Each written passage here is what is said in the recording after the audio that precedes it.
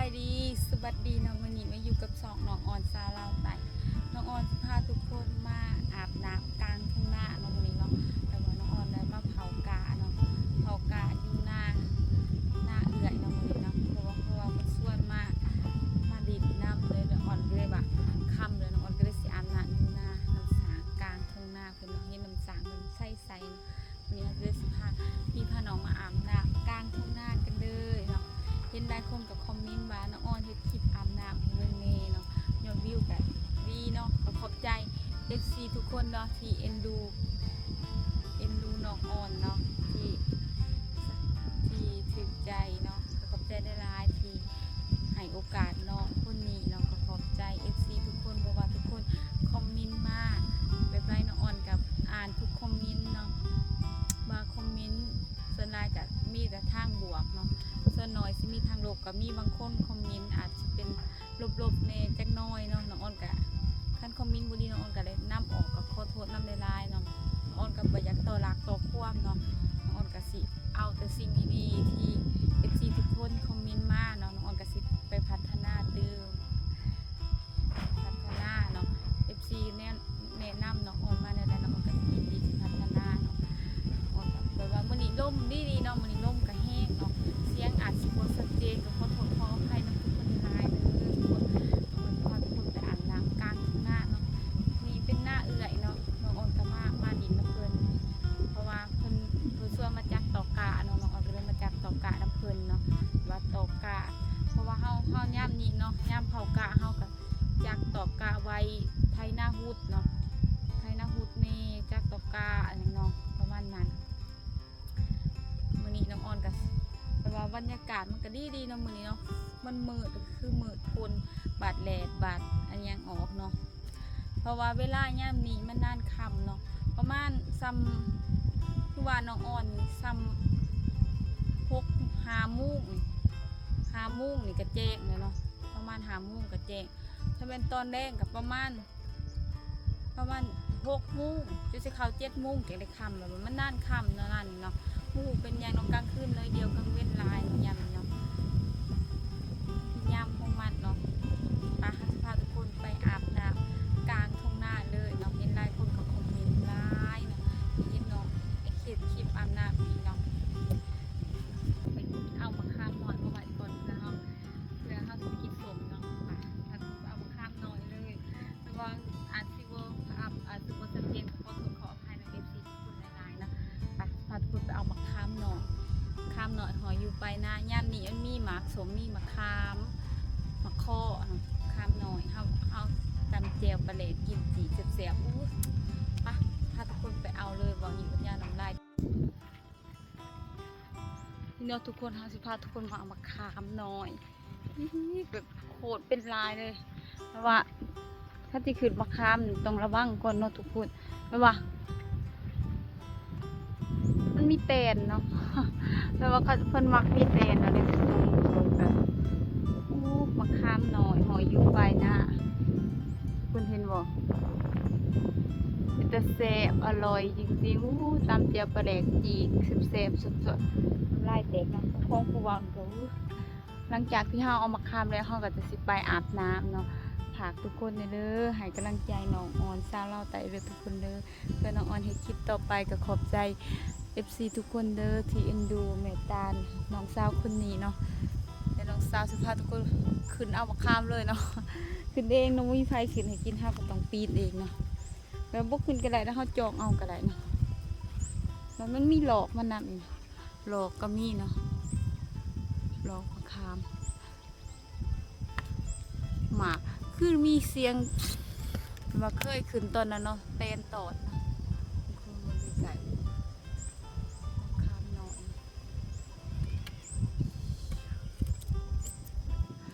บักข้ามหน่อยหอยอยู่ปลายหน้าของแถเดินเมืองมันคนเทนนี่พระเบื้องนี้นี่ตามเดินขวดลงเลย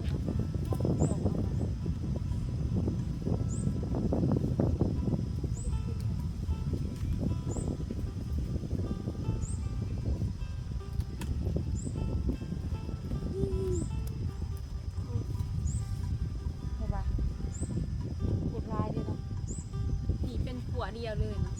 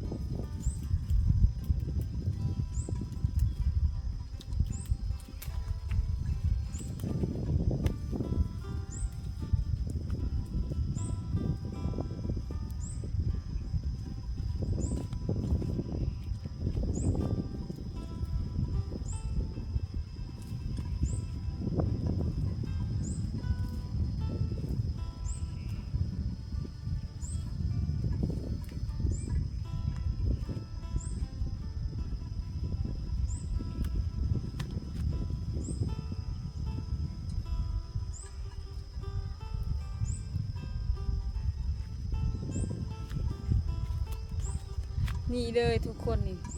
มักข้ามน้อยหอยอยู่ปลายนาปะเอามาข้ามเดี๋ยวเฮากับสิพาทุกคนไปอาบน้ำเลยปะน้องสิพาทุกคนเบิ่งบรรยากาศเนาะกลางทุ่งไร่ทุ่งนาเลยเนาะแบบว่าเฮาอาบน้ำกลางทุ่งนาเนาะอากาศก็ดีเนาะพัด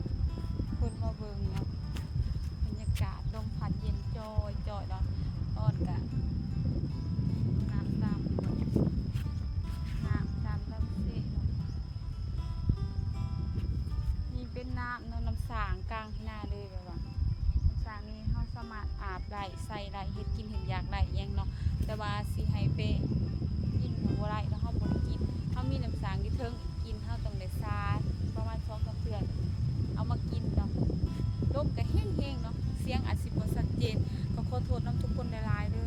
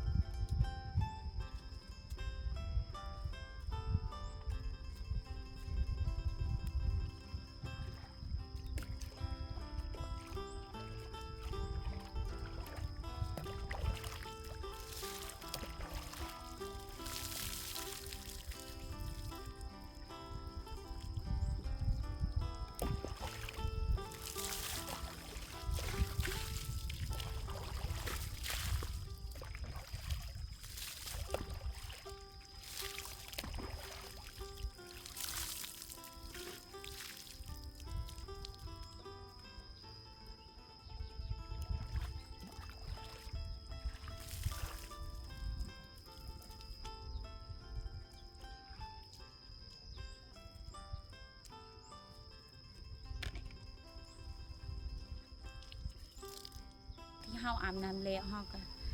หนาวเนาะน้องออนก็สิได้ไปหาแนวอยู่แนวกินอีกเนาะน้องออนก็สิพาทุกคนไปหาแนวอยู่แนวกินเนาะฝากทุกคนกดติดตามเด้อมื้ออื่นน้องออนก็สิไปหาสอนหวกเนาะมื้ออื่นเพิ่นเนาะจะสิไปสอนหัวเพื่อเอามาอ้อมกินที่เที่ยงไห้เที่ยงหน้าเนาะใครอยากเบิ่งก็ฝากทุกคนกดติดตามส่องน้องออนสาวลาวไต่เด้อทุกคนเพื่อให้กำลังใจน้องออนเฮ็ดคลิปต่อไปน้องออนก็สิเฮ็ดคลิปเกี่ยวกับวิถีชีวิตของเจ้าของก็ขอบใจเพราะว่าผู้ใหญ่ใจดีทางพังไทยหรือทางสหรัฐหรือว่าทางแคนาดาหรือว่าทางประเทศใดก็อย่าเนาะก็ขอบใจหลายๆที่เอ็นดูสงสารน้องสาวคนนี้ก็ขอบใจหลายๆเนาะปะน้องออนก็สิบ่เว้ายืดเว้ายาวเนาะสำหรับคลิปนี้น้องออนก็ขอจบเพียงเท่านี้ไปพอกันคลิปหน้าฝากทุกคนกดติดตามช่องน้องออนสาวลาวไต่เด้อทุกคนเพื่อให้กำลังใจน้องในคลิปต่อไปหนาวเนาะนี่บรรยากาศทุ่งไร่ทุ่งนาเนาะก็ประมาณนี้น้องออนกับมื้อนี้ลมอากาศมันดีเนี่ยเนาะมื้อนี้ลมพัดเย็นจ่อยๆเนาะอย่าลืมทุกคนฝากเบิ่งโฆษณาเพื่อน้องเด้อทุกคนฝากกดไลค์กดแชร์กดติดตามเพื่อน้องออนสาวลาวไต่เพราะน้องออนมีรายเล็กน้อยเพราะน้องออนมีกำลังใจเฮ็ดคลิปต่อไปแต่ขั้นยอดวิวบ่ดีน้องออนก็บ่มีกำลังใจเนาะขั้นยอดวิวดีๆปังๆน้องออนก็มีกำลังใจเฮ็ดคลิปให้ทุกคนได้เข้ามาเบิ่งเนาะเข้ามาเบิ่งมาชมก็ขอบใจหลายๆที่อยากเบิ่งวิถีชีวิตของคนบ้านนอกบ้านนาคนนี้เนาะสำหรับคลิปนี้น้องออนขอกล่าวคำว่าสบายดีไว้พอกันคลิปหน้าบ๊ายบาย